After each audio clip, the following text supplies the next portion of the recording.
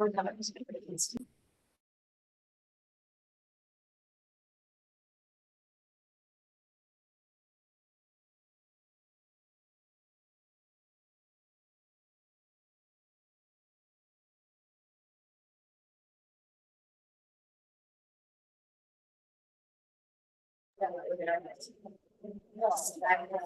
evening, everybody. I'd like to call the Madison Public Schools Board of Education meeting to order. We go rise and say pledge of allegiance. I pledge allegiance to the flag of the United States of America and to the republic for which it stands, one nation, under God, indivisible, with liberty and justice for all.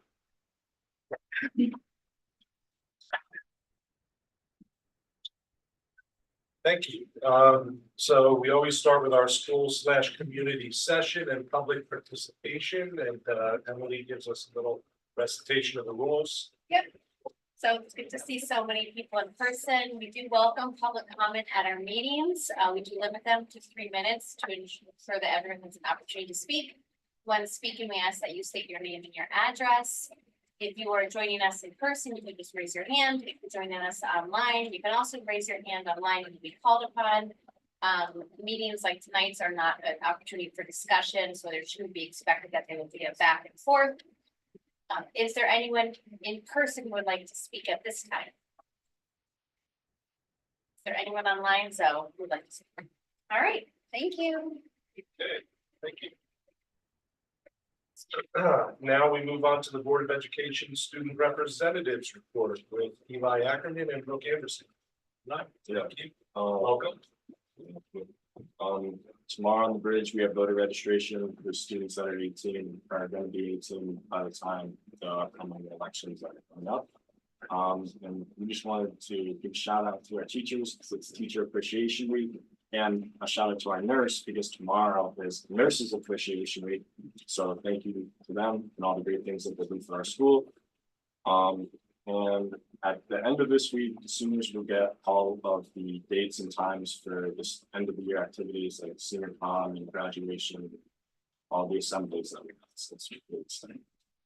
Along with it being Teacher Appreciation Week, it is also the dreaded AP testing week this week and next. So this is for mostly juniors and seniors, but the teachers have been super accommodating and supportive, like keeping our mental health in mind. So we kind of like had less tests, other types of tests going on. So I think it's been going pretty great. I mean, as great as it can be. And the day to clear off your calendar, if you didn't know already, is Wednesday, May 15th. It's a pretty packed day. During the actual school day, the juniors will have a pre-prom assembly. This will talk about like good decision making and everything to make sure that prom remains fun and lighthearted, as little hiccups as possible. And this prom will be taking place on May 17th, and it'll be at Woodlands. And during the evening of May 15th, there'll be the DHHS art show from 6 to 7:30 with a award ceremony on the bridge around that 7:30 mark. And this differs from the last art show, which was the K-12 art show, because this is just only high school students' work and none of the other grades.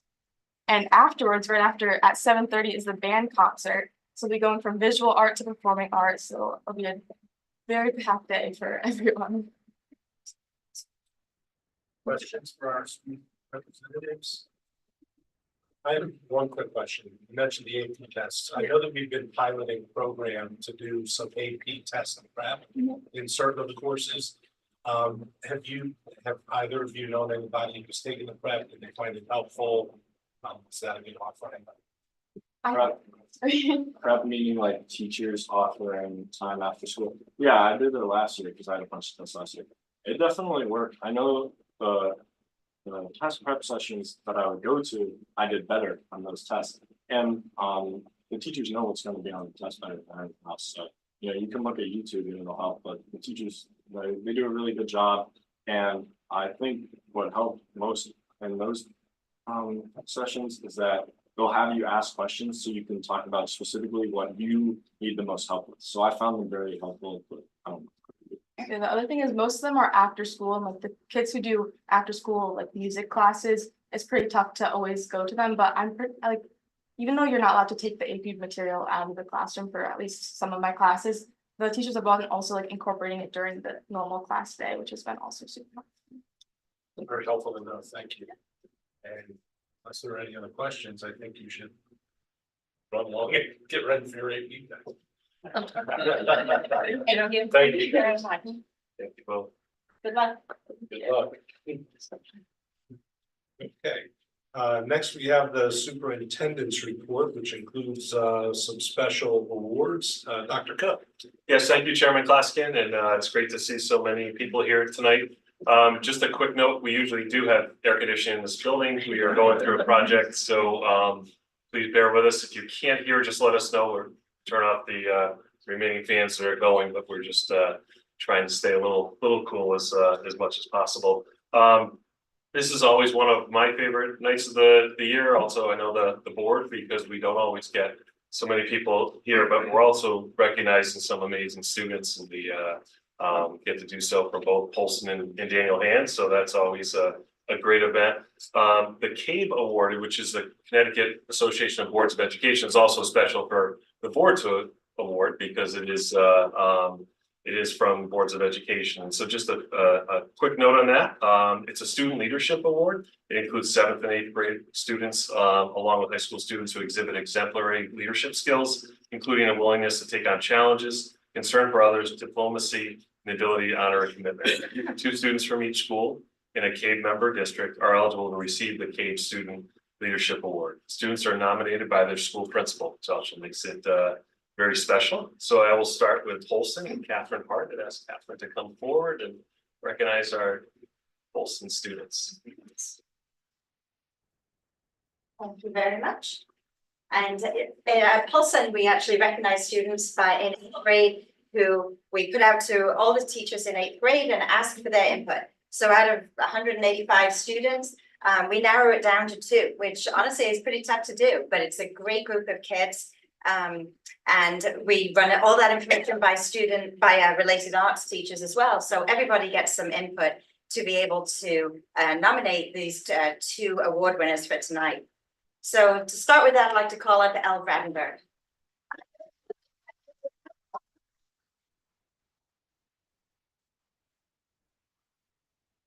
So Elle Bradenberg embodies the essence of academic excellence, leadership, and community, making her a worthy recipient of the prestigious CABE Award.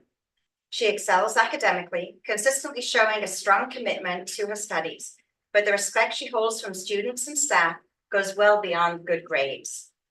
It starts with her ready smile. Elle absolutely radiates positivity and enthusiasm. Whether she is entering a classroom, heading into the office, or walking down the hall, she smiles. Whether she knows you personally or not, she smiles, making everyone feel like they are truly seen, like they matter. It's easy to see why she inspires anyone around her. Elle is a born leader, and she leads with grace, humility, and a quiet competence. For example, she is heavily involved in Excel Club and Student Council, where she is equally at home taking charge of a program while supporting the initiatives of others. Need help with a project like hanging kindness posters around the school? Ask Elle. Need an honest perspective about an idea or program? Ask Elle. She is empathetic and possesses a genuine concern for the well-being of others, collaborating with all and advocating for those who need support. It's clear that her contributions in school are not about personal growth. They're about enriching the entire school community. There is no doubt that in anything she undertakes, Elle will continue to make meaningful contributions with a boundless optimism that will inspire others and leave a lasting impression on Madison Public Schools and the world around us. Congratulations.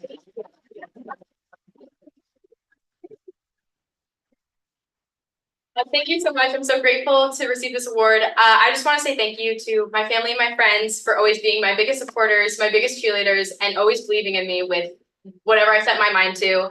I love you guys all so much. Thank you. And I want to give a huge thank you, especially for Teacher Appreciation Week, to all of the teachers and mentors that I've had throughout the course of my life for shaping me into the person that I am today. Especially to the teachers, I see all the time, empathy, and dedication that teachers put into their job, which isn't always easy. And I have so much appreciation and respect for them. So thank you so much.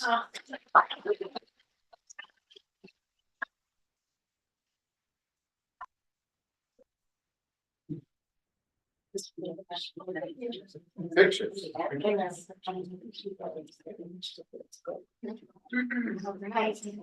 So our next recipient is Matthew Ackman. I'd like to have-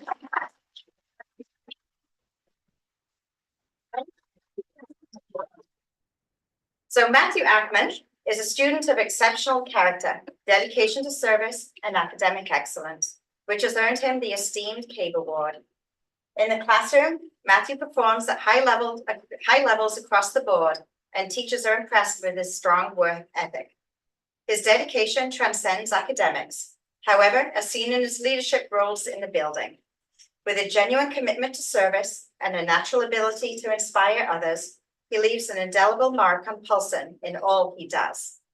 For example, as part of student council, he participated in our World Day, a joint effort between Paulson and a neighboring middle school, where students collaborated to develop and present information on countries across the globe.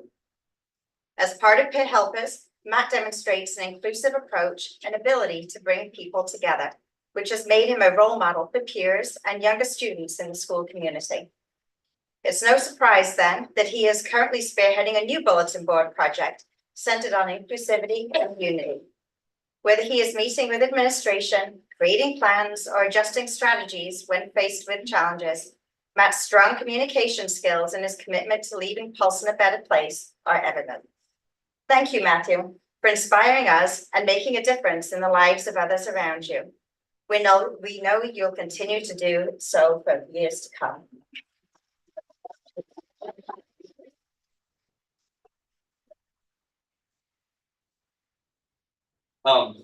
First off, I'd like to thank my family for being here. My biggest inspirations throughout my life, and they will continue to be so. I'd also like to thank faculty of Paulson for not only being nominated, but also choosing me to win the award. Very grateful for that. I'm the youngest in my family, youngest of four. And I see that has some pros and cons. You know, I never got to choose what channel on TV we'd watch, but I got a phone when I was 12. And that's nice. And one of the greatest pros I think I have of being the youngest is seeing what my siblings did, and not only their extracurriculars, but also how they interacted with others. I was able to see how they managed their sports and how they managed their work, all culminating together. And I was able to take notes from what they did and how they were able to lead, and I tried to put my own spin on it as well. And now I'm here. I'd like to thank everybody for that. Great job.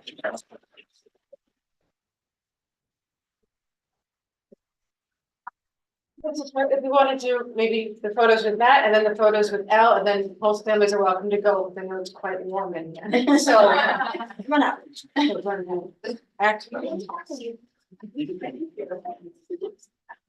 All right, so we'll do this group first. And then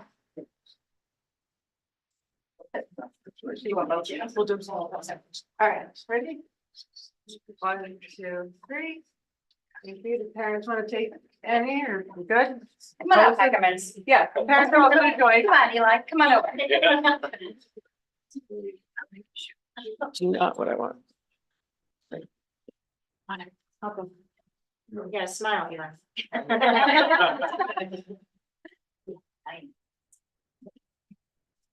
Like roll reverse.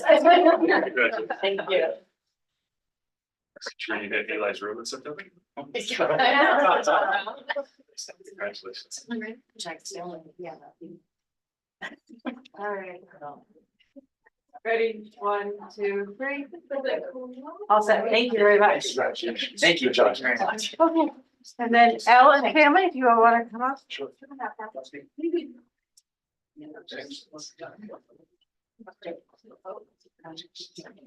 Thank you. Ready, 1, 2, 3. Yeah, sure. Family. Oh, thank you so much. I'm just gonna take the picture. Okay, if you want to be in it, I'll share them on this. Okay.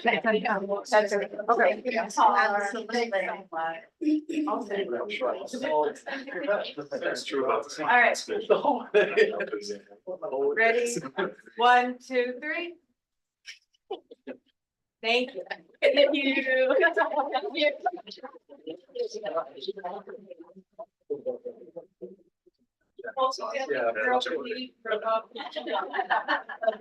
Thank you for bearing with us.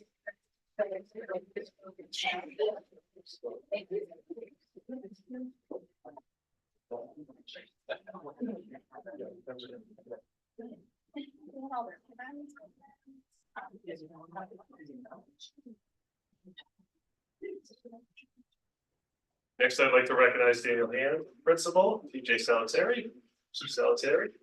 Thank you, Dr. Cook. Thanks to Board of Ed for having us. Great night. I love being here for the CABE Award. And just for our 2 high school recipients, there's zero pressure to say anything after it's presented. So if you're wondering what happened, Mr. Salvatore said we don't have to say anything, you don't. But you absolutely could if you want to. That was a new and really good twist. So, again, we're a high school with great students, so just being in a conversation to be nominated for one of these types of recognition is incredible. We have 2 excellent students that I'm really proud to work with and present to you this evening. Sarah, we're gonna go first, so come on up. And you can stand here, probably uncomfortably in the live cam. A lot of really positive things about you, and then, if you want to say a few words, zero pressure. So Sarah Hagan is a tenacious, compassionate, dedicated, and independent young adult. Her warm and welcoming personality made her a light in any room she enters. Sarah jumped into the high school experience with 2 feet, making an impressive impact on her teachers and the entire DHHS community. Sarah has succeeded in balancing a challenging schedule with ease. She has excelled academically while being deeply involved in athletics at DHHS and volunteering in the community. Sarah loves learning in the areas of science and hopes to apply her passion to the study of chemistry in the future. She is a talented student who has grown exponentially by taking on new challenges and responsibilities. Sarah enjoys making connections with teachers and students and has pushed herself beyond her comfort zone to join clubs and activities. She is an organized, active participant in her classes, always willing to volunteer and lead groups. Academically, Sarah performs at a high level, landing her in the top 10 of her class. She is committed to challenging herself each year by taking our highest level courses. She has been on the high honor roll her entire high school career and has received the seal of biliteracy in Latin in 2023. She has won many awards for her commitment to academic success, including the Tulane University Book Award, which is awarded to a student for community service and leadership.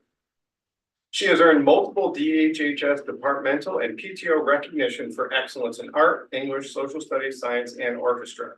These recognitions demonstrate the intelligence and dedication Sarah has across various curricular areas. Last school year, the faculty nominated Sarah for the APA Laurel Girls State, where she attended a week-long training and immersion in a mock government. In 2023, Sarah received one of the highest honors at DHHS for her induction into the National Honor Society. Sarah has grown and developed through these academic experiences, learning how to manage her time and achieve a balance in both her school and personal life.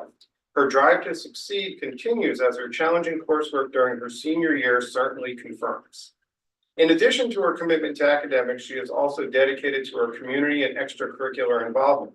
She has engaged in an extensive number of clubs where she has been involved for 3 years and currently holds leadership positions. These include co-vice presidents of the Giving Back Club, president of the debate team, secretary of UNICEF, and captain of our fencing team.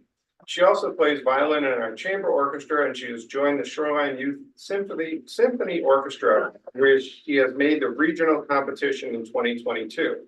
Although time does not seem like something Sarah has much of, she volunteers extensively at the Guilford Art Center and the Guilford Library. She has been a tutor at DHHS supporting students with chemistry, Algebra 1, and SAT prep. All of these commitments outside of the classroom are examples of Sarah's caring nature and dedication. Sarah is successful and humble. She is a true leader and a driven young woman. There is no doubt she will continue on a path of success as a motivated, bright, dynamic, and truly special young woman who is very well deserving of this recognition. Congratulations.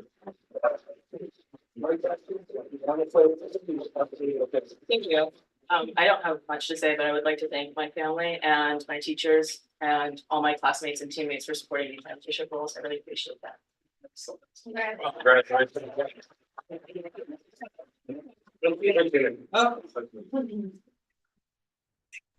We're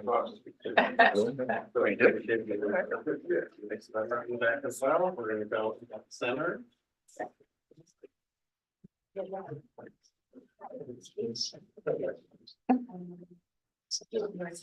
just go to the short end and then I'll do that. Scotty Kramer, you wanna go? All right. 1, 2, 3.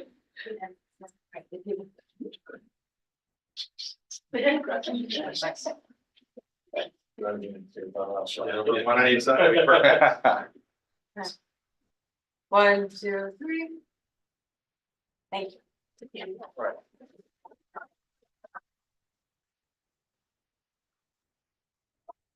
I know. Cooper, you ready? Oh, yeah. Come on up. The anticipation of waiting, right? Worse than being up there. So Cooper had a track meet today, the school bus got sideswiped in New Haven, thankfully everyone was okay, we didn't know if they'd make it here in time, but you made it. You did. So, really cool, we're excited you made it here. I'm very excited. So Cooper Dunsmore is an impressive young man who is thoughtful, compassionate, dedicated, and independent. He has balanced an incredibly challenging schedule with ease and has excelled in academics while being deeply involved in clubs and volunteering. Some would refer to Cooper as a Lego kid. And to this day, he still loves to build, especially things that move like cars, boats, planes, and trains. He loves learning in all academic areas and beyond high school, is planning to apply his skills to engineering, possibly aerospace. Cooper is a mature and engaged learner who finds ways to participate and connect to the class and the curriculum. He participates to his full capability, including helping others. He works collaboratively to share his knowledge and is willing to lead groups and discussions. Academically, Cooper performs at a very high level, finishing in the top 10 of his class. He has committed to challenge himself by taking more demanding courses each year. He received the Seal of Biliteracy in Spanish last year and has been on the high honor roll his entire high school career. In 2023, he received DHHS Department Awards for Academic Excellence in Math, World Language, and Science. He is an active member of our music department, playing percussion in our symphonic band and leading the marching band as a percussion section leader. Cooper also plays in our jazz band and show band. Last year, Cooper was awarded for his excellence in academics, mathematics, and naturally sciences from Clarkson University and from the Society of Women Engineers. In the spring of 2023, Cooper received one of the highest honors at DHHS through his induction into the National Honor Society. Cooper has grown and developed through these academic experiences, learning how to manage his time and achieve a balance in both his school and personal life. In addition to his dedication to academics, Cooper has made a positive impact through his extracurricular activity involvement and his connections to the community. He is a dedicated member of the indoor and outdoor track team where he competed at the New England and national levels.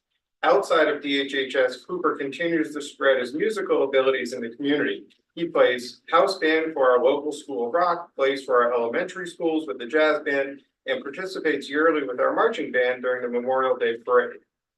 He also has extensive volunteer hours, over 300, with the Share the Wind sailing camp where he teaches younger children how to sail small sailboats at the surf club.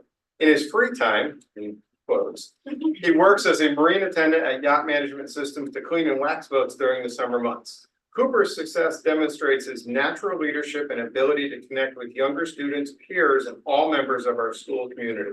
He is an exceptionally driven young man who is no doubt already on the path to success. His body of work over the past 4 years has been incredible. Cooper is truly a special young adult who is very well deserving of this recognition. Congratulations. First of all, I want to thank you and all of you guys and the faculty and staff at Daniel Hand. Couldn't have done like anything, like none of us could do anything without all you guys and all the work you do behind the scenes. And it's just, really incredible what you guys manage to pull off every year and, have a great school community that everyone I know loves to be a part of. And then my parents and family and my sisters aren't here, but they certainly help too, driving me around everywhere and things like that. But yeah, couldn't have done it without you guys as well as the faculty. And Coach Geary isn't here, but shout out to him as well. And yeah, thank you. I'm incredibly grateful. Really nice letter on the back as well. So we'll take the official picture first, then parent picture. Congratulations. Thank you. Thank you. You get the center. Yeah, I'm ready now. Ready? 1, 2, 3. Perfect. If parents want to join as well. Yeah. Congratulations. Thank you very much. Do you get on one side? Come on, congratulations. Thank you so much. All right, ready? 1, 2, 3. All set? Good, thank you.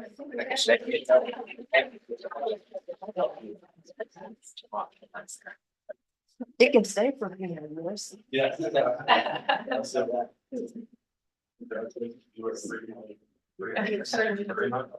you got tons of things coming up. They're all good.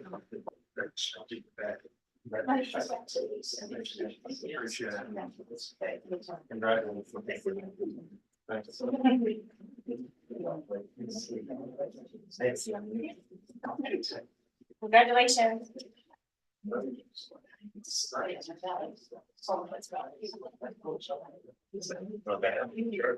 That's fun. Okay, well, that couldn't have been more perfectly set up for Teacher Appreciation Week, and that everyone who spoke, and including our student reps, mentioned teachers, faculty, in terms of their support for their success. So as we start off Teacher Appreciation Week, I want to thank Madison's 300 teachers. From preschool to Mandarin, our Madison teachers have just amazing skill sets that they bring to their classes and the courses they teach. When we ask families what they like the most about Madison Public Schools, they consistently share stories about the teachers and how they go above and beyond. I'm thrilled to have Mike Ginsberg here with us again this year as MEA president. I know he wants to say a few words. I appreciate Mike not only as an excellent teacher, a master teacher, and what he does with the students, but also the way he supports his members and the way he goes about his professionalism and his work in Madison for 25 years. More than that, right? Okay. We're gonna go low rather than go too high. So, Mike, if you come forward. I'm gonna be very brief because it is warming here. I can't compare it to those kids. They're amazing. So, but I just want to say thank you to everybody. Just know everybody's appreciation is met with a whole bunch of gratitude on all of the teachers. We appreciate all that you guys do and how much you support us every day. Thank you. Thank you.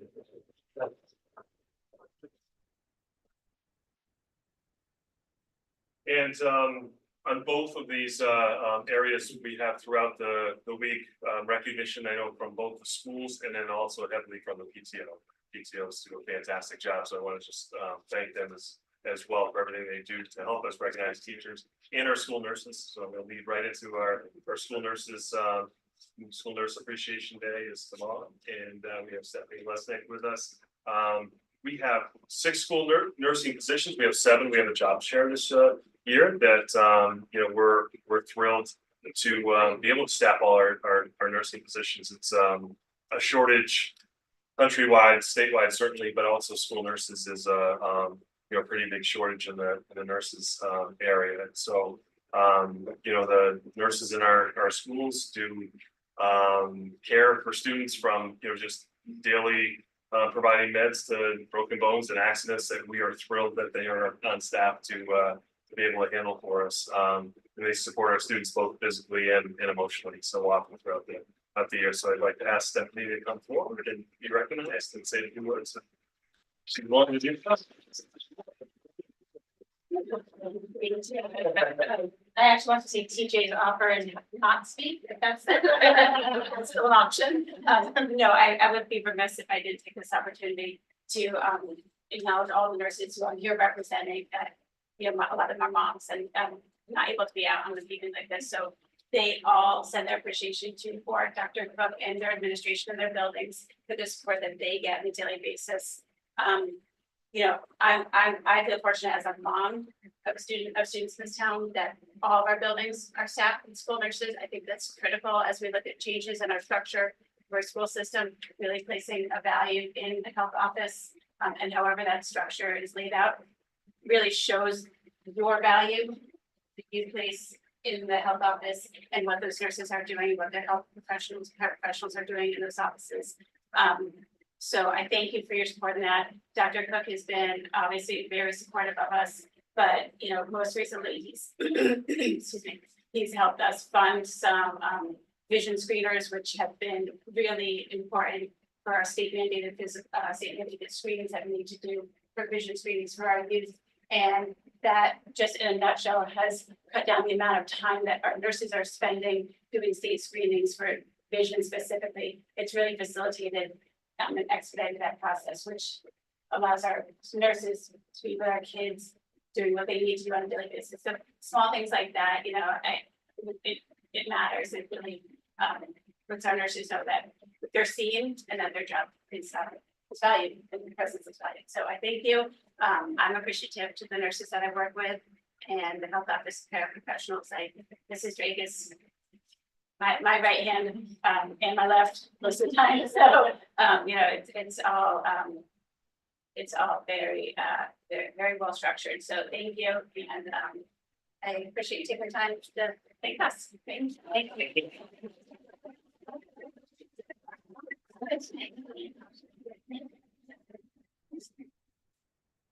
Thank you, Stephanie and Mike, and you also get the invite to lead if you like. You can answer that. And so next we have a brief presentation on two very important topics and changes that will occur for next year. Mr. Salisbury is going to come forward, and two of the most important things we do is school attendance. And that we pay very close attention to this from preschool on up. But certainly being in school is one of the most important things for our students to be able to learn. And so we want to encourage and also adjust to state laws that have happened. And I think we're trying to be a little proactive here. Madison has, as the board knows from our accountability report, always had good student attendance. And we do expect that will jump a little bit this next report. I just want to give you that heads up, not in a great way, rather in a way that we weren't hoping it would, but as we track student attendance throughout the year, we are seeing some higher absenteeism. And we're going to touch on some of the reasons for that and ways that we can work with other students to have that improve.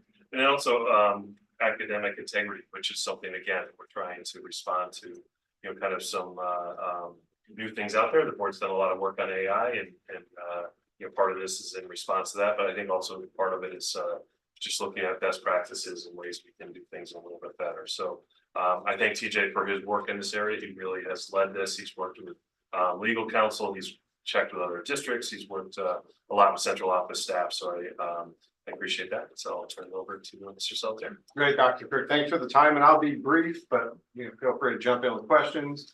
Happily answer them. Spent a lot of time, including with the conversations with faculty, the work with our changes to academic integrity. We spent some time with the senior class officers, just because they would be the most honest with us, because this won't pertain to them, and they really have some great feedback. So we're gonna jump right in and take a look at school attendance. So I wanted to give just a very brief overview. I'm not sure everyone's totally aware, so if you are, I apologize. But all students in public school are allowed 9 excused absences every single year, as long as a parent or guardian informs the school within 10 days of those 9 absences. After the 10th absence and beyond, those are typically unexcused absences unless they fit in certain categories which are listed above. The information that is detailed in red, where you can see state allowed mental health wellness days. As I'm sure you recall, the state added 2 mental health days for students ever since the impact of COVID, which makes a lot of sense. And what we're doing with our transition with how we document the mental health days, if students use those mental health days within the first 9 absences, they count towards the first 9 absences. And that would be an excused absence, and they will actually be allowed to come to extracurricular events like participate in sports, for example. That's currently in place.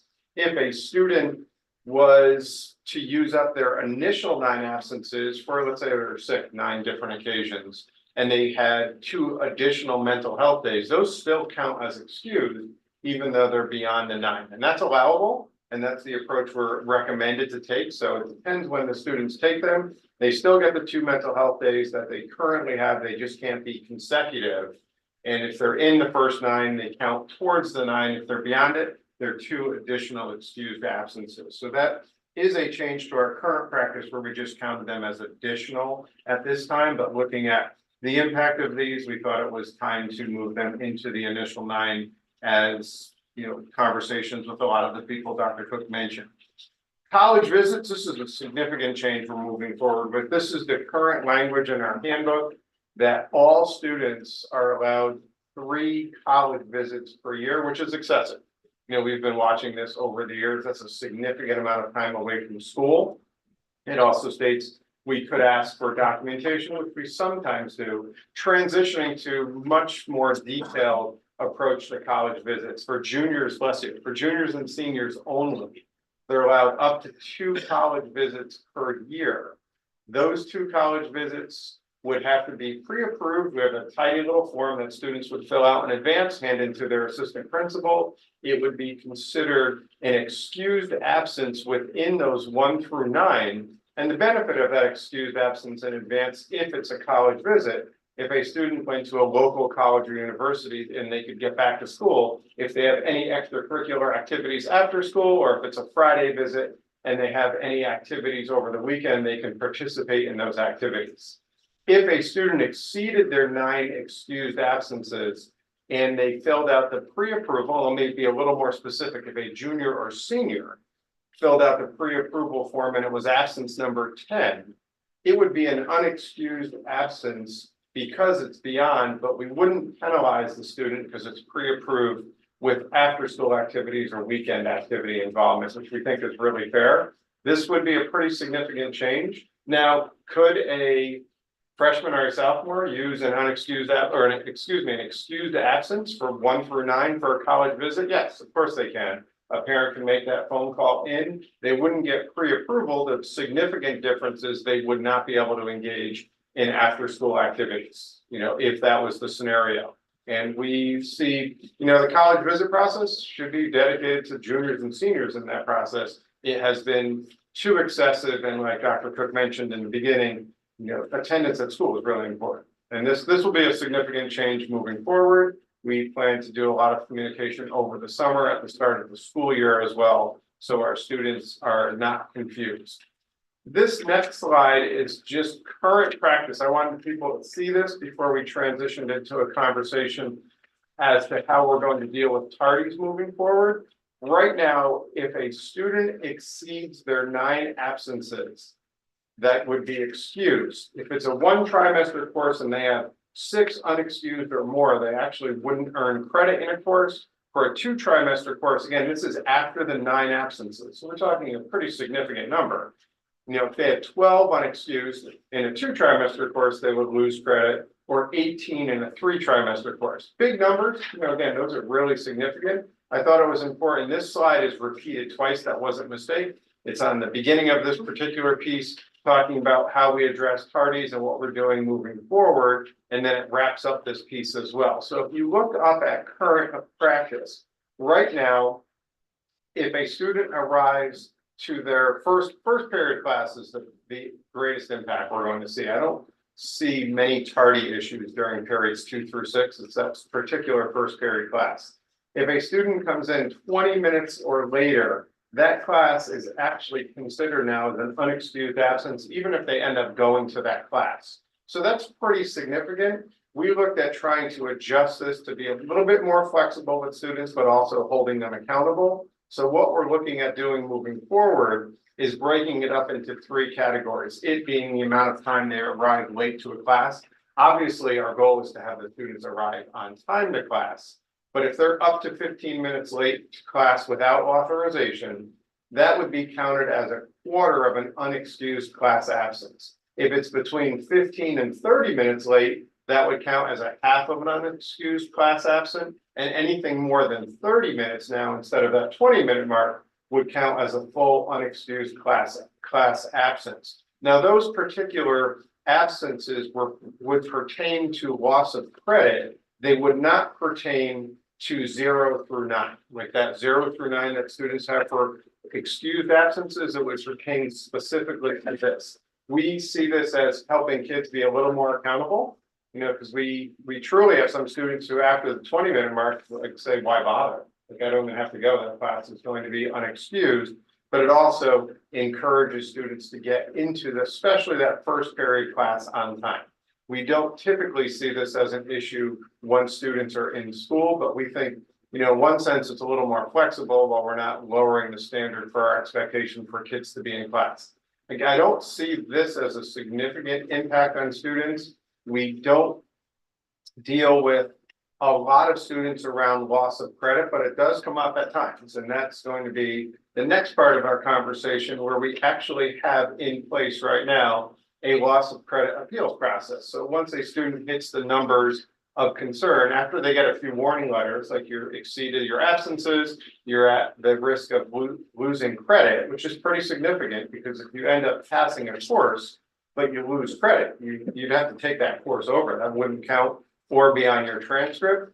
A student at this point could actually appeal the loss of credit. Parents and guardians are certainly involved. It's not the most thorough process, and we're looking to give students a little more of an opportunity. So this slide is not easy to look at, so I apologize for this one, but this is a transition to our appeal process, which we're giving more of an opportunity. So it would be the responsibility of the student and the parent to initiate the appeals process. Keeping in mind, we're going to mail all the information home, and we actually send an email as well to make sure there's one method of communication that this information is received. Within 7 school days, we're expecting parents and the students to fill out the loss of credit appeals form. And then we can actually review it as a small committee. And if you read this slide in advance, a committee will be made up of a school counselor, the actual student's counselor, one administrator, and a teacher. And they will have the opportunity to review the appeals form and make a decision. We're hoping that if you look at after the number 3, if requested, we're opening an opportunity for the parent, guardian, and student to actually meet with the appeals board to go over all the reasons why consideration for restoring the credit should be, you know, a part of the decision-making process. That's something that has not happened too often. We think it will help. And the appeals committee will have the opportunity to make the final decisions. There will be no additional appeals. And in some cases, the appeal will be denied. But in a lot of cases, we put students on conditional contracts where if you do this, this, and this, we'll restore your credit. I have found in my 11 years at CAN that these contracts are highly successful. The only time it's most likely that a student will not restore their credit is if the actual course they're taking doesn't matter for their graduation. Like if they took an extra elective, for example, senior year, and they don't need that credit, we don't see them go through that process. But we have several kids every single year on particular contracts looking to restore their credit. And the contracts we put them on that require their signatures, parent and guardian signatures, have been quite successful, and our kids usually get their credit back. I see this as a lot more detailed of a process for our students who do lose credit. And keeping in mind, you know, that those numbers of 6, 12, and 18, those are after again the 9. So it's a pretty significant amount of class time missing. So I don't see these changes impacting a very high number of students. I do think some students will definitely be impacted by this. And we're looking again to have them in class so they can earn credit and be prepared for the next step in either their high school or beyond careers. So those were the overview of what we're planning on doing with the attendance as we move forward starting next year. You know, any questions, happily try to answer them for you right now if you have them. I have a question. So was this brought on by changes in state statute or based on what you were seeing in terms of increasing absenteeism? Like what? So this aligns with the state Board of Ed and our Board of Ed policy around attendance. Like very clearly, we spent a lot of time with the attorney from Shipman and Goodwin going through this as well. we thought having an appeals process that's more defined would be better for kids. Because there are some students where we send the communication to parents and to students and, we get nothing back. And then the end of the school year or the end of the trimester, and there's no way for them to have any opportunity to restore credit. So we see this as actually better for kids. It's a little more of a process, but it's laid out very clearly where it gives students a chance. And again, we rarely have said an absolute no to an opportunity to restore credit. We put kids on contracts, and the most common reason that students are not getting their credit is they're just not in class. So our contracts are based on being in class and having no unexcused absences, no tardies. And it's amazing, once they have that contract, how they're in class quite effectively. And, we spend a lot of time with the students who are impacted by this to help them get to that credit mark, because they have to get to that minimum of 25 in certain areas, obviously, before they can graduate. So I see this as actually helping. And that breakdown of the quarter, the half, or full is a little more flexible for students as well. It's a little harder for us to manage. I mean, I think that's going to be a little clunky at first, but we'll be able to manage that, because again, this won't impact a significant number of students, but I do think it will help a lot of students. We're not looking to have students not earn their credit. I mean, you can see just by our graduation rate, that is not something that we focus on. We really work with kids, and this empowers the parents as well to have a little more say. And I do hope parents, and we'll encourage that meeting with the appeals board, because I think that could be really effective. And in that situation, the counselor may know something that some people in the meeting may not know. We're looking at the assistant principals who know the kids really well, also being, and then a particular teacher. It could be rotating, and we're looking, for an opportunity. We've discussed this in length, especially with coordinators, and we really think it's a good move for our students. I would just add, there's no state law that requires these changes to happen, but I think there's some linkage certainly to the mental health days and the college visits. I think that, when you add them together, and the college visits is something unique to Daniel Hand.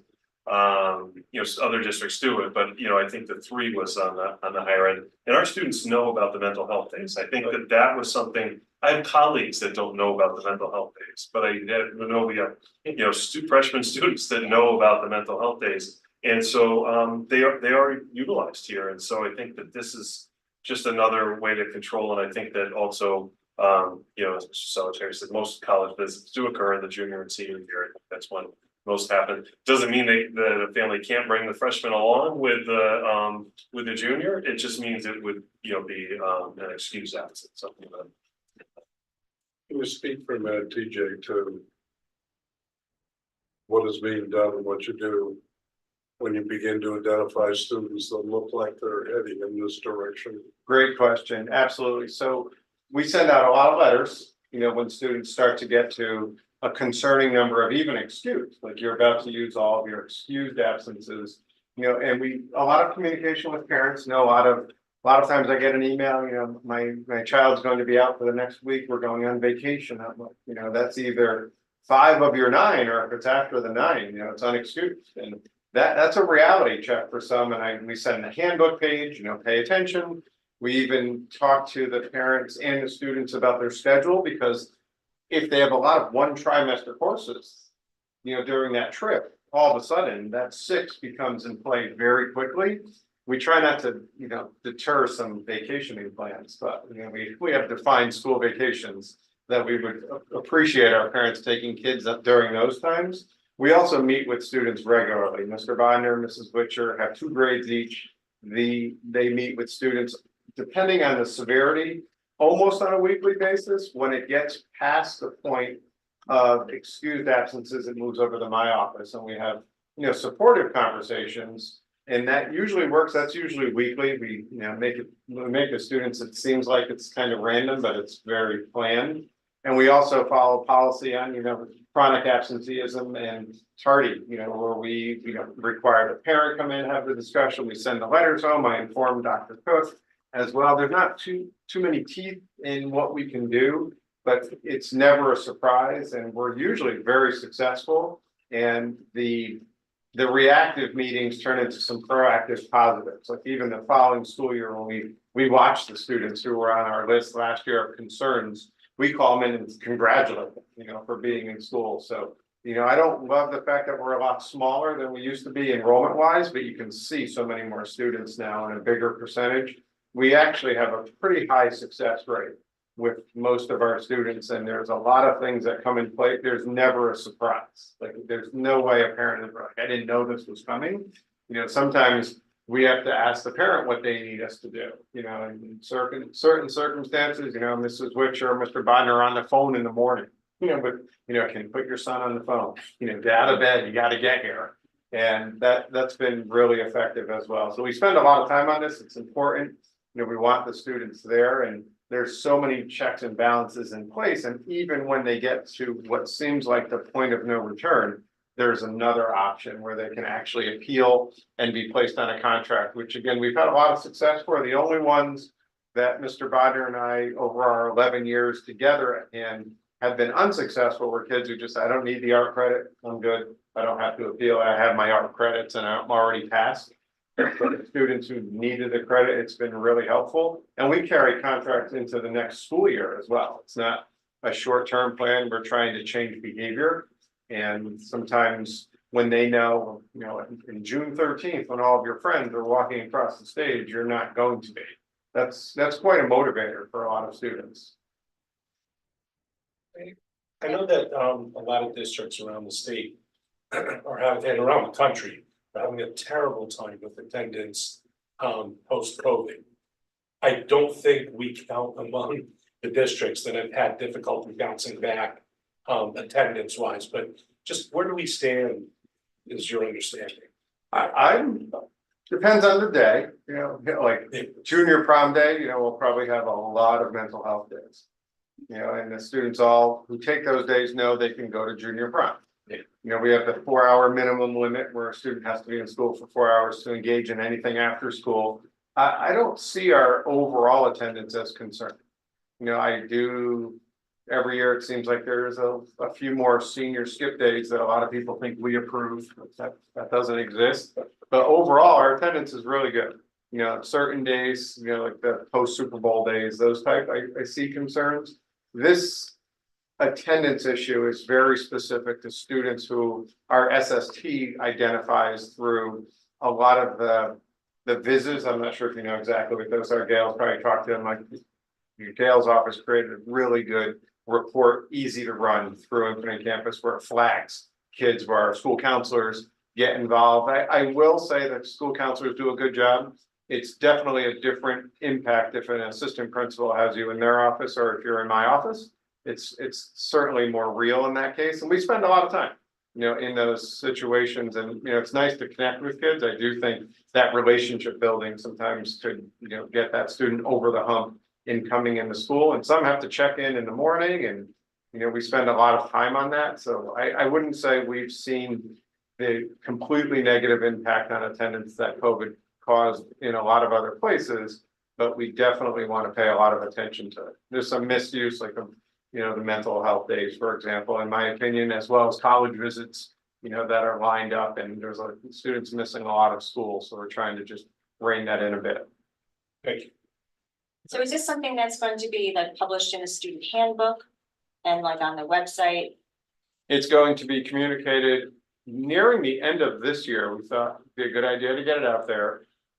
It will be a separate communication preschool, you know, before the beginning of the school year. And then it will be within all of our handbooks. Our website will be updated, and it will be a focus of our beginning of the year small meetings with our students to go over anything that's changed. So they'll be fully aware. And yeah, again, I don't see this impacting a lot of our kids. As you heard, a couple of our kids, a lot of our kids really like coming to school. You know, they appreciate that piece, and I love hearing that from them. This will help a few of our students who really struggle getting into the building, and we're trying to put supports in place to get them there. Again, we don't want them to have to stay, you know, an extra year. You know, in some extremely rare cases, it's really beneficial for a student to be there an extra year, but that's a conversation that happens well before June of the graduating year. But I see this being clearly communicated, and we'll talk often about it, and you know, we have a good plan for how we're gonna roll out that communication. And for incoming freshman parents, it's pretty easy, it's just, you know, the way it is. I think the current juniors this will be the most surprising because they have their college visits all planned, you know, for next year, and their mental health days, a lot of them planned, you know, and that's a interesting And they're called approach. senior skip days. Yeah. But, you know, especially the juniors, because I think, you know, if currently it's the 9, you know, excused absences, no matter what, plus the mental health days. You know, these students, they Yep. are planning them. So if the change is now, if you take the mental health day during that first 9, it's not in addition to, that is a big change for these high school students, and they definitely are gonna have to pay attention to that. Right, and if they use their 9, just they get 2 more. So like Dr. Cook said, our students know the mental health rules. I do I do think the students will be like, seriously at first, but our students listen and follow the rules, and I think this is better for kids, and it will help some parents as well, you know, when they're trying in the morning. I think everyone in here has had a teenager, you know, I always appreciated the fact that I would be out of the house before anyone was up. That was always a plus, because those are tough times. I don't see this as being really earth shattering to the majority of the school. And again, we're trying to rein in those students who are really at risk of loss of credit and then ultimately not graduating. That's pretty significant, because we expect them to come back. They don't have to come back if they don't graduate. And that's something we try to avoid at all costs. So, you know, it's an important issue, obviously. Being in school and what was offered in school, but beyond that, you know, learning those habits, this is the number one issue that employers complain about. And it is the number one issue on why people are fired. We have that conversation with students and say, if this was your job, you would have been fired. You know, we have those conversations. We do think it is habitual, and, you know, breaking that habit, especially over many years, is really difficult to do. And I'm proud of the work of the high school. There's really a lot of focus on this. Again, I don't see this as bad for kids whatsoever. I think it's actually better for kids. Any questions? All right, Dr. Cook volunteered to send out the first communication about this. It's awesome. Yes. I didn't forget that. That'll be perfect. All right, so next, again, looking. On behalf of. You can put my name on it. So we've been looking at the academic integrity piece around cheating, around plagiarism, and obviously the impact of things like AI, pretty significant. And just technology in itself, how easy it is for students to be able to share things. And we looked at making some changes that, again, we actually think are good for kids, give some teachers some flexibilities that they've been asking for about 1.5 years. We've looked at this for what we can do that would be really good for students, but by no means would send any message that things like cheating or plagiarizing would be acceptable. That's a really important piece. So what we stated as we transition, this is current, this is what's in our code of conduct, literally a copy and paste. If a student is caught cheating or plagiarizing, first offense, they get a 0. They're not permitted to make up the assignment. They might get a 2-hour Saturday detention. We usually don't go disciplinary because of the academic consequence, but there could be a scenario where disciplinary consequence would be warranted. We always inform parent or guardian and the counselor and the administration, because we keep track of this over the years, and students currently, if they have 2 or more offenses over their 4 years in high school, lose any opportunities for leadership, or if they're in a leadership opportunity that's stripped from their actual position, because part of that leadership is character, and that expectation is pretty significant.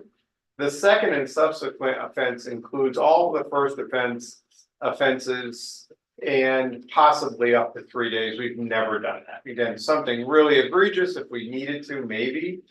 This approach seems pretty antiquated, so we worked with our teachers, talked with our senior class advisors or officers, great group of students, to come up with a better approach. And before we get into that approach, it is worth noting, Gail and I had this conversation that our expectation is that all of our teachers at the start of next school year in their syllabus or their, course intro, talk about AI, cheating, plagiarism, and the approach. Because ideally, students are aware in advance as opposed to getting themselves in a situation that could have pretty major academic consequences and other consequences with either being out of the running for consideration for leadership opportunities or having a leadership title stripped from them. So we're looking at what we think would be a lot better. So this is what we're looking at as an approach. First and foremost, we want the teacher who's involved with the student to actually have a discussion with the program coordinator or department lead, just to ensure we're being consistent. That's a really important piece. We thought as fair as possible, a 0 will be assessed for any part of the assignment involving the academic dishonesty, but could result in a 0 for the entire assignment. We've had situations where a teacher has found a small piece, for example, and they said, this 0, this kid cannot pass my course if they get a 0 in here. So penalizing them for the area where it's confirmed dishonesty, but still giving them a chance was something our teachers have been asking for years. We did not disregard the importance of the communication with parents, guardians, counselors, and administration. And we also said that the assignments that we're giving our students are important. So we want them to be able to demonstrate their understanding. So at the discretion of the teacher, and obviously they're collaborating with the coordinator, we wanted to give the opportunity for a makeup assignment. Now, with that being said, that wouldn't awash the initial grade, because if it did, that this would be meaningless. And both grades would be entered into Infinite Campus and count towards the student's final grade, but it gives the teacher, the coordinator, an opportunity to have the student demonstrate their understanding. Now, obviously, there could be flexibility in the discretion, and we thought that was important. We also left the 2-hour Saturday detention highly, highly unlikely. Again, the academic consequences in itself is pretty significant. So second and subsequent, so we're looking at these are all of the same things from the first offense. And again, we think they're really fair in the approach. The next part that we were going to add to the code of conduct, again, we left up to 3 days of suspension. If a student, like, for example, stole an exam and posted it online, they might get, more than a 2-hour Saturday detention. But we are adding the loss of leadership opportunities to the actual code of conduct. That's in our handbook already. That's not a new practice. But when it happens, that hits hard to a student or to families. And the first thing we hear is, where is it in the handbook? Where is it in the code of conduct? And I will say, when we have any student who is caught with an issue of dishonesty, cheating, or plagiarism, the administrator calls home every time after they have a discussion with the student involved and explains, if you get another offense similar to this over your years in high school, these are the opportunities that you're going to lose. And we have the same conversation with parents. And that's proven to be very helpful over time. We just looked at, with the learning curve for students. For example, if a teacher in an English class has a rubric and part of the rubric is about proper citation, and a student doesn't properly cite something in their actual paper, we're not even hearing about it. They're going to get, a drop in their grade based on the rubric, teachable moment, move forward. That's just good teaching. It shouldn't be under the academic dishonesty piece. We see this as being much better for students, and it gives some flexibility for our teachers. And I like when students have to actually demonstrate their understanding on what we think is important, and it gives us that flexibility. The seniors, I brought them in the main office conference room and put this up and showed them, and they're like, that's actually really good. I'm like, poke holes in it. And Eli was actually going to stay for a little while because he was part of that. I said, you don't have to stay. I know you want to go. And it's not as hot in here as everyone says it is. And I'm usually a tough critic on the heat. But we see this as actually being really good for kids. This will, again, Diane, to answer probably a similar question, this will be heavily communicated at the beginning of the school year as well with our students. And even learning how to use AI as a tool is really important. We don't want that to be banned. That would be just going in the completely opposite direction of where we're trying to move as a school system. So that's teaching students the responsibility piece, and we know we do have students who share, assignments or, do things that they shouldn't be doing. And we've had students lose their captainship on an athletics team, not be able to be considered for National Honor Society. Those are all, the privileges of good character and good decisions. Those aren't always open to every single student. The communication in advance really helps. Even when our students apply to be a captain, there's a form they have to fill out and they get signatures from teachers. And then the assistant principal they work with literally checks their disciplinary record to make sure their character aligns with our expectations, because those leadership positions are really important. We don't see too many of these situations, but we see the student who makes a bad decision, they have a chance to recover, and it could be a teachable moment, but it still holds them accountable. By no means are we saying that this is something that we accept and it's not a big deal, because it is a big deal. I do know colleges and universities don't take these types of behaviors lightly.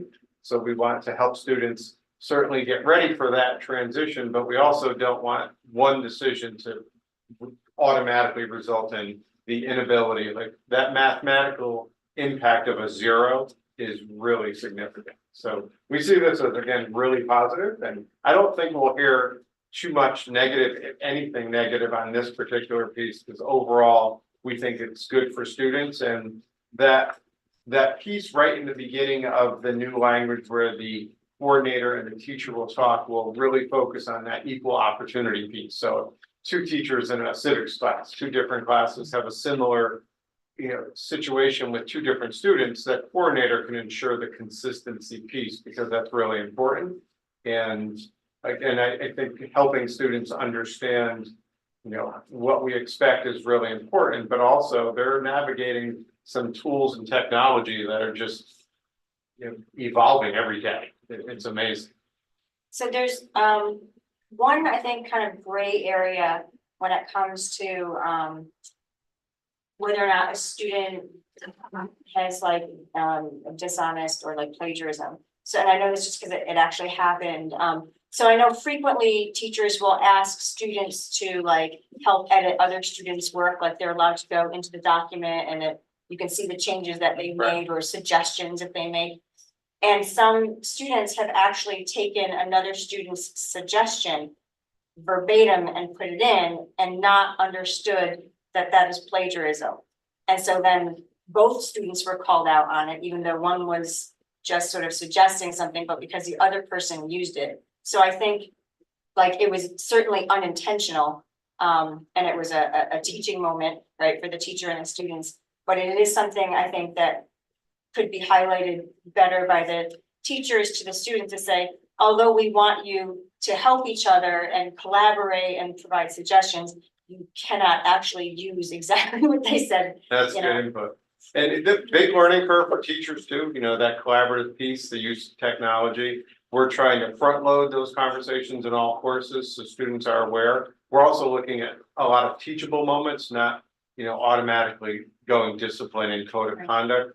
And we're helping even art. I mean, students can have AI draw, something they need for an art class, and we don't want to get to that point. Could it be a great tool? Absolutely. But we're thinking more front end conversations. I will say the teachers with our current practice sometimes really struggle. I got to follow the code of conduct. This is a 0. They would have to get a 100 on every single assignment the rest of the way to get a D. And that's not easy to do. So this does help. And again, if a teacher puts a paper in one of the AI checkers, there's all different ones now, and it comes 100% AI, we may not be that flexible. If there's a few sentences, that's teachable moments, that probably doesn't even come down to us. And do the teachers actually do that? They put everything Oh, yeah. AI check? Oh, wow. It's interesting when we get the 100% AI and the student, I swear I did it all. It was all my work. I'm not really buying that, but the AI checker is really effective, and the teachers tell the students we do this. But again, we don't want them to avoid using those tools, but we want them to use them appropriately and not lose all the skills that they're typically developing before this stuff has come into play. It's I do think what Gail has mentioned, the evolution of this technology is just what your cell phone can do now, what it couldn't do 6 months ago is unreal. And this, I will revisit this often because the technology side gets ahead of us really quickly. It's nice working with teenagers because they keep us up to date. But we think these are really good changes and, you know, we're ready to move forward with it. And again, that communication will be key at the start of the school year. I don't see this pushing any students like, oh my goodness, what happened? I think the attendance, a few of the changes will certainly, but they'll be okay.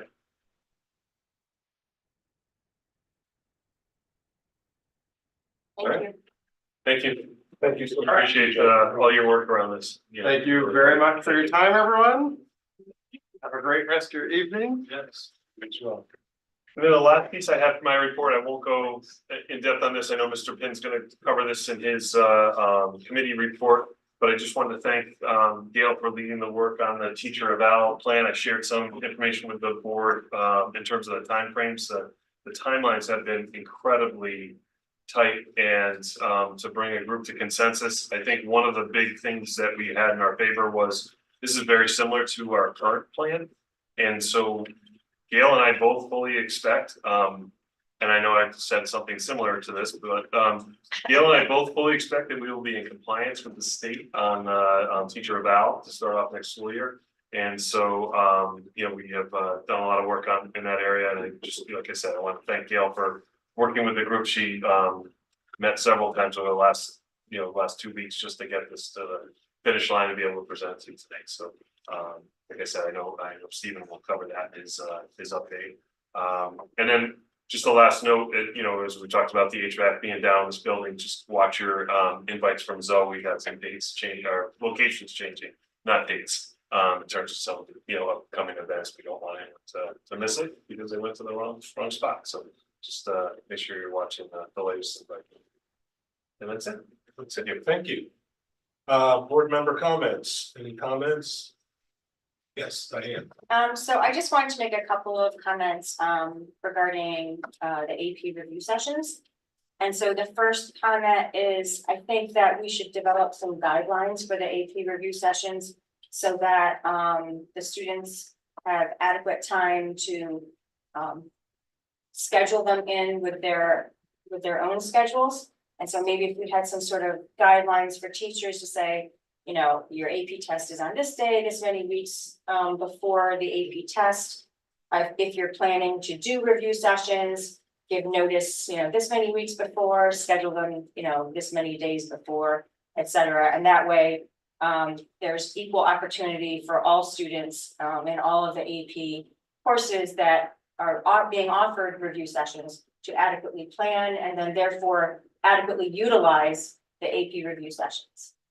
And then the second thing about AP is because our referendum is a week from today for the budgets. By that time, our current AP review sessions should be over with, because I believe AP testing will be done. So prior to after the budget vote, but before budget cuts are made, we should be able to have access to the statistics from this year as to how much the AP review sessions were utilized and use that information going forward to help us make decisions about future AP review funding, but also take into consideration utilization based on what factors, you know, was there adequate, yeah. So that's my two comments. And it's really hot. So third comment, really hot, really. Yeah, and I'll just take a very brief moment to echo what Craig said about our appreciation for the teachers and the nurses.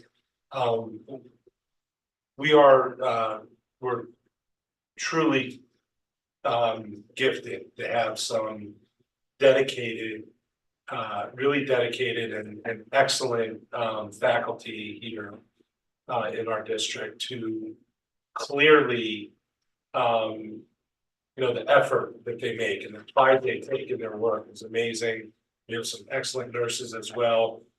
It's a, Madison Public Schools is a special district. And, credit a lot of that to what our teachers do and to how our staff look after our students. So thank you. Truly appreciate it.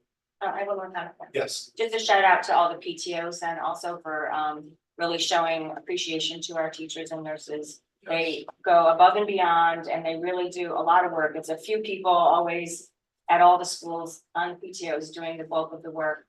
And a thank you to the parents who contributed because without all that, it's, the appreciation I think is really felt by the teachers when the PTO does their work. So thank you. And also Nighthand auction is on Friday.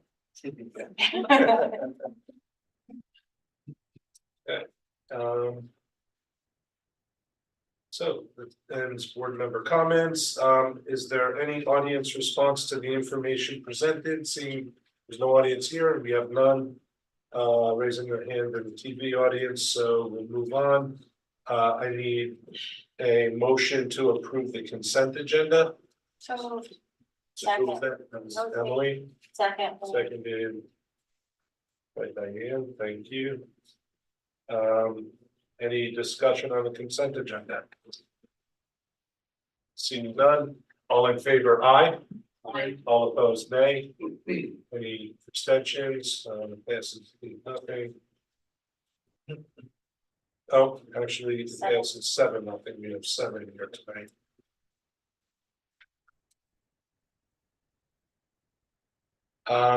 Board committees and liaison updates, curriculum and student development. I know they had a good meeting this evening. Stephen. Yes, we met this evening.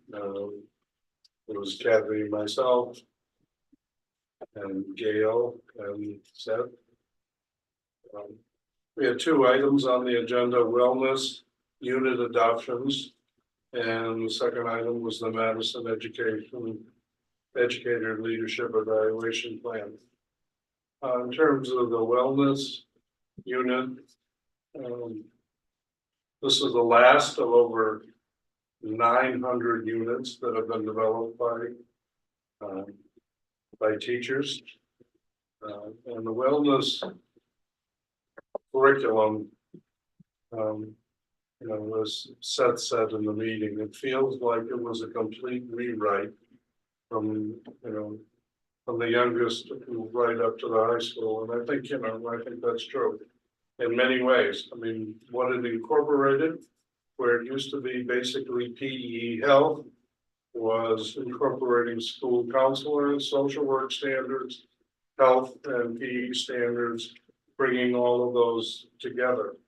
When you look at the essential element of what was driving the work of a great number of teachers in this, is, and Kathy spoke to it, it was so clearly student-centered and lifetime outcome focused. So that rather than, what many of us may have experienced in school of advancing the PE and health curriculum and going through the different sports, right from the get-go, it started looking at how do we develop these behaviors and attitudes in young people and have them understand why we do the things that we do. And that was happening right from the K through 5, where it used to be one dedicated health unit. They added additional units. Part of the goal, and there were a number of goals and standards they worked from, was, not for it to be just informational, but to have the students be active in their learning. And as I said, addressing the why of being being active and the health standards. There also are state requirements that come into the development of the curriculum: sexual assault and abuse training, alcohol, nicotine prevention, drug prevention, and the school social workers, counselors were utilized in doing presentations of these areas. Again, the curriculum shifted away from being sport-based And which is not to say they're not learning the skills of the sports, but much more a focus on physical skills. Wholesome, you know, again, away from the sports, more for the skills, social behaviors, teamwork. And then an expansion of the curriculum to involve personal fitness and outdoor adventure. So this orientation that not every student is particularly sports oriented or, you know, enjoys that kind of competition, that there is a menu of choices that allow them to be active and develop skills they can take for the rest of their life. And in hand, I mean, the, you know, tremendous shift to offerings in the curriculum, outdoor adventure, leisure PE, lifetime pursuits, net games. All of this developed after, which, you know, we all love, really sampling the students and going, how could we design this better? How could we create something that is different than the standard PE sports focus? Profiles of the graduate are incorporated into the curriculum with a very heavy focus on self-reflection and really students beginning to think about how they can continue activities and behaviors throughout their lives. This is about half of the curriculum. The other half is going to come up in one of the next successive meetings because the review process that we do in Madison of reviewing the units is being done in the second half of those. You know, it's a very enjoyable presentation. I encourage you to look at the materials that are part of your packet. Second presentation was on the evaluation plan, and to truly appreciate that, you have to have a sense of the history of what the state proposed some years ago that Madison chose, some 10, 11 years ago, to not participate in because they felt that the pillars of that plan didn't correspond with the goals and what we wanted to do, cultivate and nurture with our teachers. And the focus of the current plan and the concern with the previous plan was that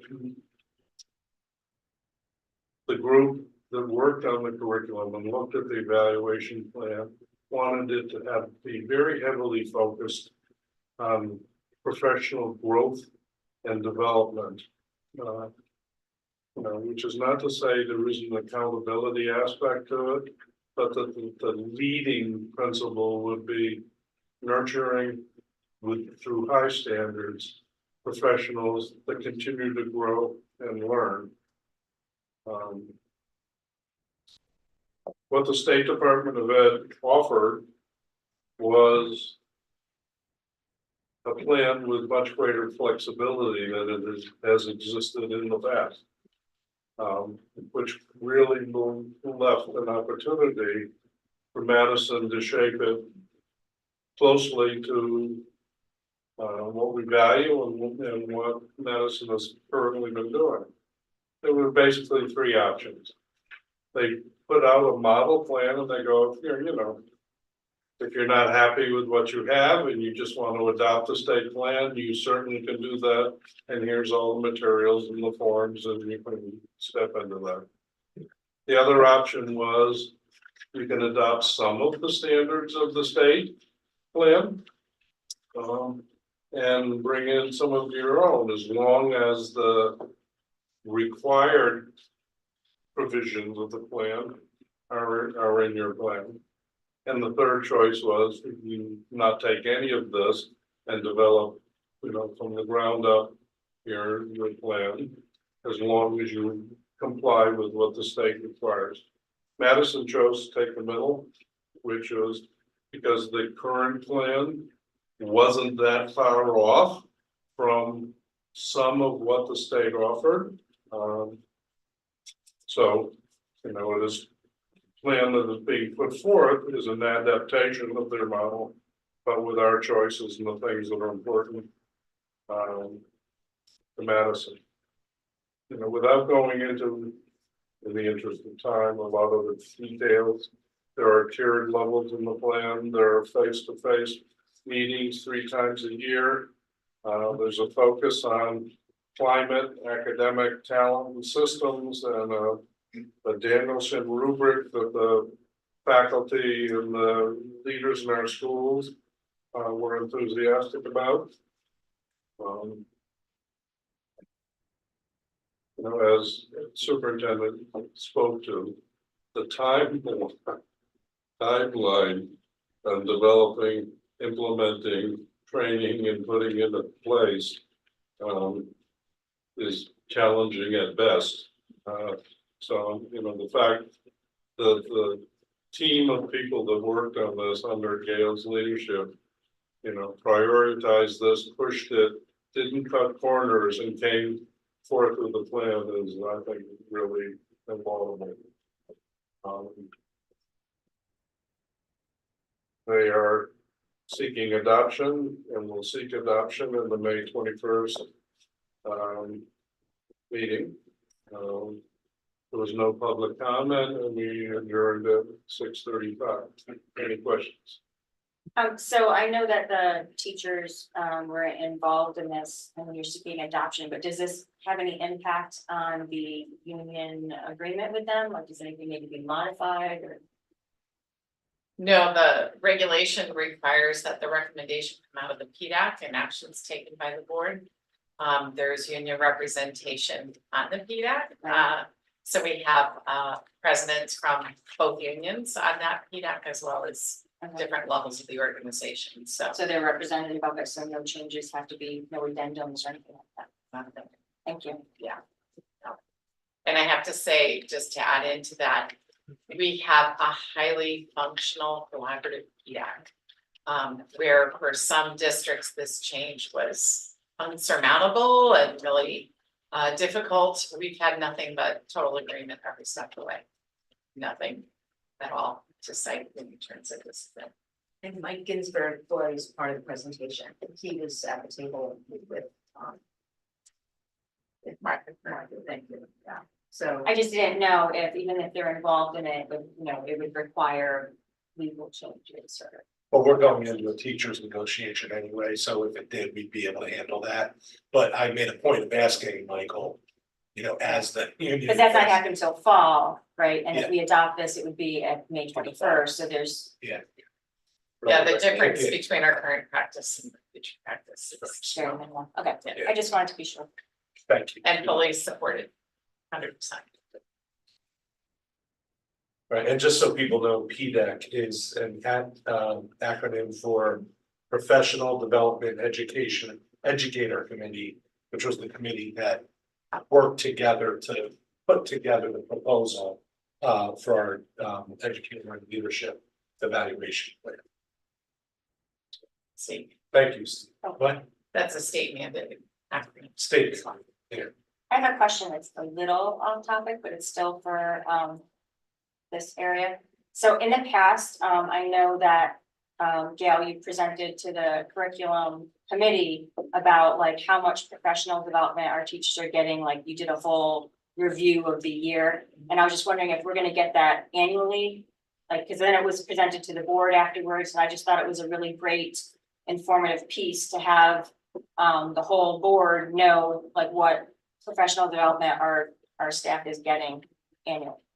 We certainly can provide professional development. We have, so yesterday, was it today? Today was a Very long PD day. I'm like, how long is this week? And we have all of the activities and a grid for each school. But also another important piece that we just shared with John Michael, I think asked for it, was the state mandated trainings that are also part of that schedule and very. So.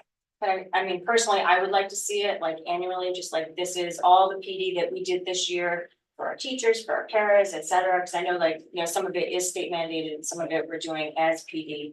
And I think it would just be a very informative piece for the board, so that going forward, when we're doing our budgeting, we can see like, well, maybe we need a little more, or maybe we were right on target, like whatever, however it would be, you know, impactful on the budget.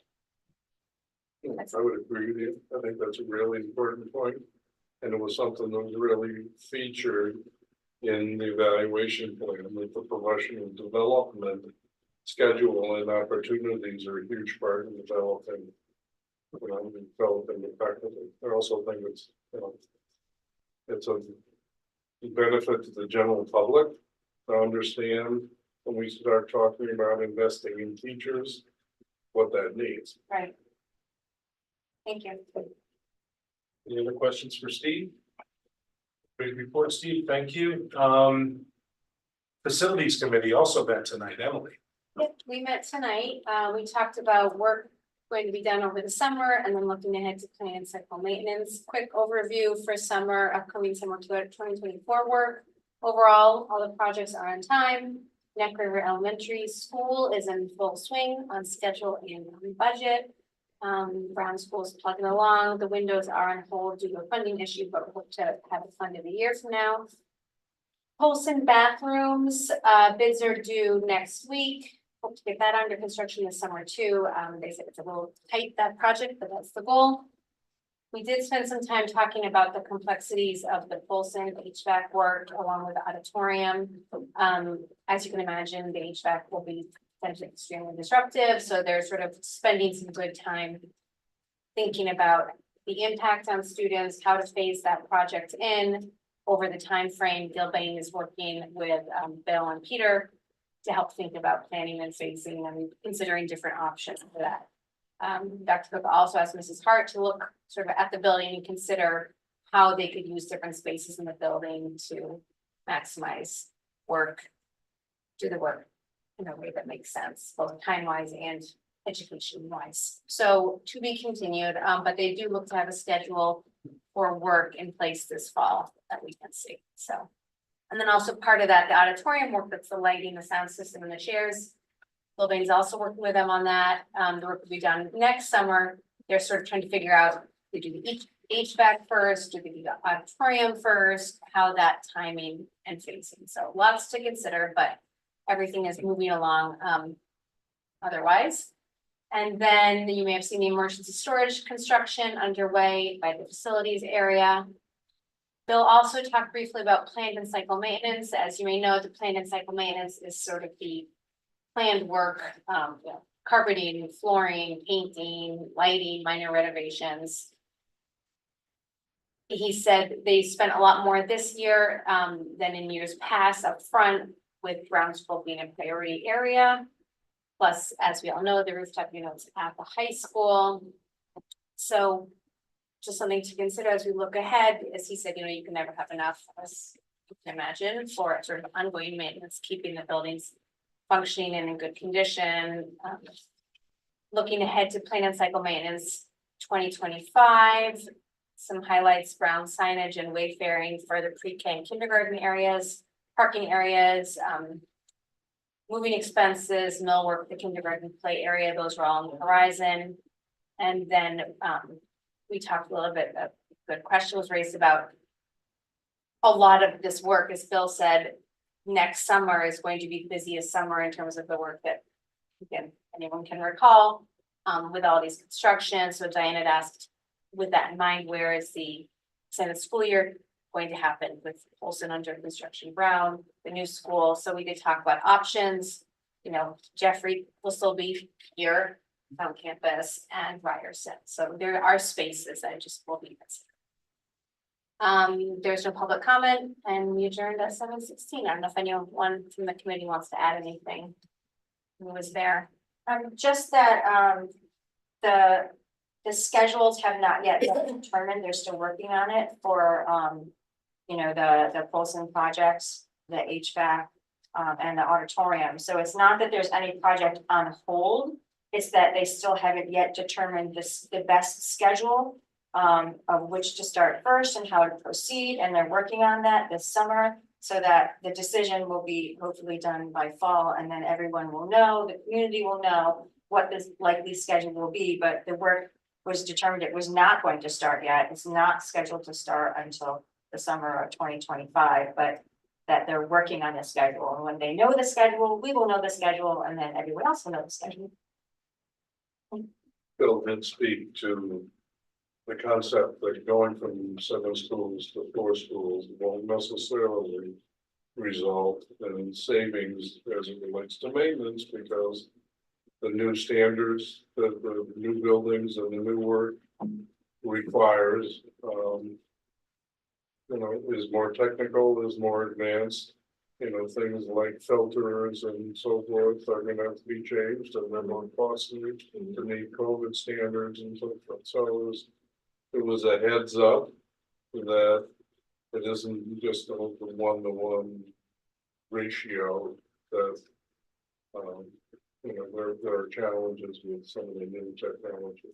And then the sidebar, they spoke briefly to the process of monitoring all of the maintenance and the software that's used, and the complexity of some of this software alerting when the filters may be need changing, and a variety of other things. It just it's interesting. Thank you. Anything else? Any further questions? Thank you very much. Good report. Finance Committee, Galen. We did not meet, and our next meeting is 21st. Thank you. Personnel Committee, Maureen. Yes, the Personnel Committee did meet to start our discussions with the Teamsters Union. And we have our second meeting scheduled for May 27th. Thank you. Policy Committee, Diane. We have not met since the last meeting. Our next meeting is May 21st at 6:30, which unfortunately also coincides with the induction of National Honor Society, so some of us will not be there. With regards to this evening's meeting, we have 4 policies as action items. There are policies that are up for rescission. They are our first read tonight, but we're asking to waive the second read and rescind these policies tonight. You have in your packet policy summary with notes from Shipman and Goodwin explaining the reasons for these rescissions. And also we have 6 policies up for first read, 3 of which are the 9000 series, which again will require a 2/3 vote from the board. And if you have any questions on anything, feel free to ask me. There's also a regulation in your packet this evening, which does not require any action by the board, but is certainly great reading. But it's just a sort of an FYI regarding the regulation regarding immunizations. And if anyone has any questions, I will try to answer.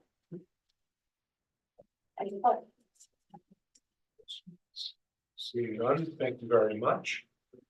And then the Learn Liaison report, Mary Ann was unable to be here this evening. She's traveling, but she did ask me to disseminate a flyer that she received when she went to the last Learn meeting. She reported about it last meeting, and she was able to get her hands on the flyer.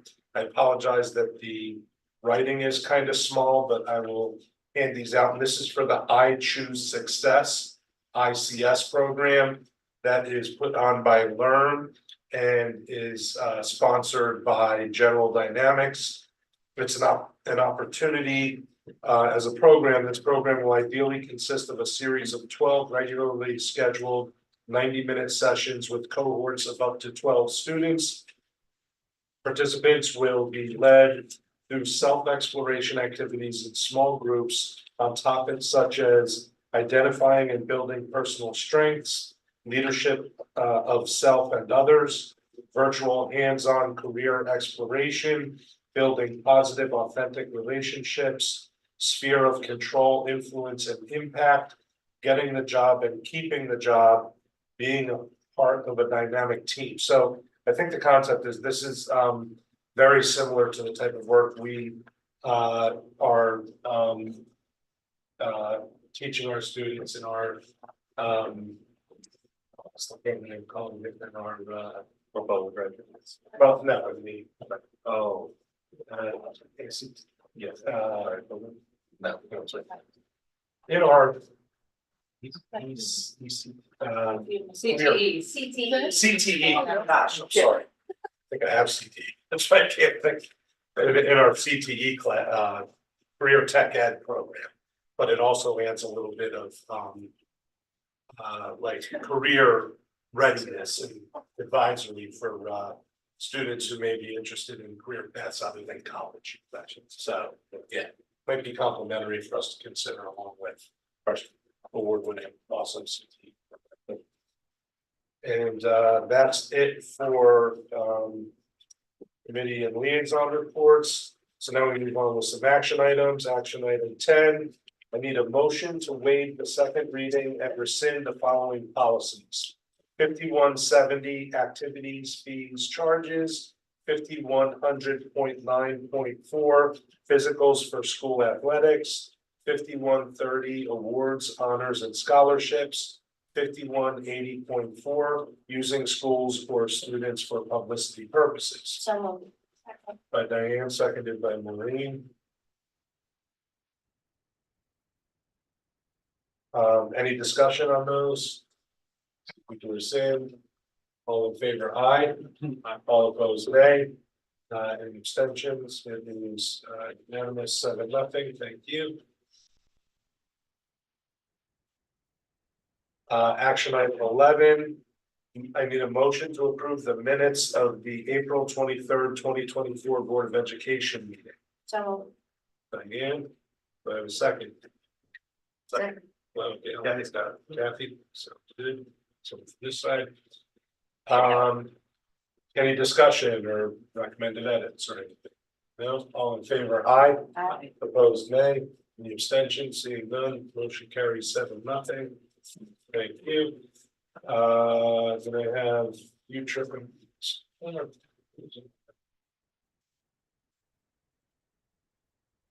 So, okay. 12, any future agenda items? The requested agenda items. 13, adjournment. I need a motion. So moved.